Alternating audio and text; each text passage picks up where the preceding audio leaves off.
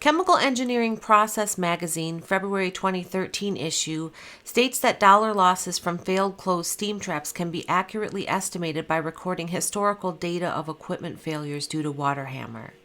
One example, condensate not properly drained by cold or valved off steam traps, allowing it to pool in the steam lines. It is then carried into turbine blades and causing damage in excess of $150,000.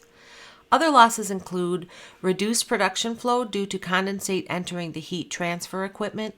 This can be seen in zone heating where temperature differences can be as much as 100 degrees Fahrenheit.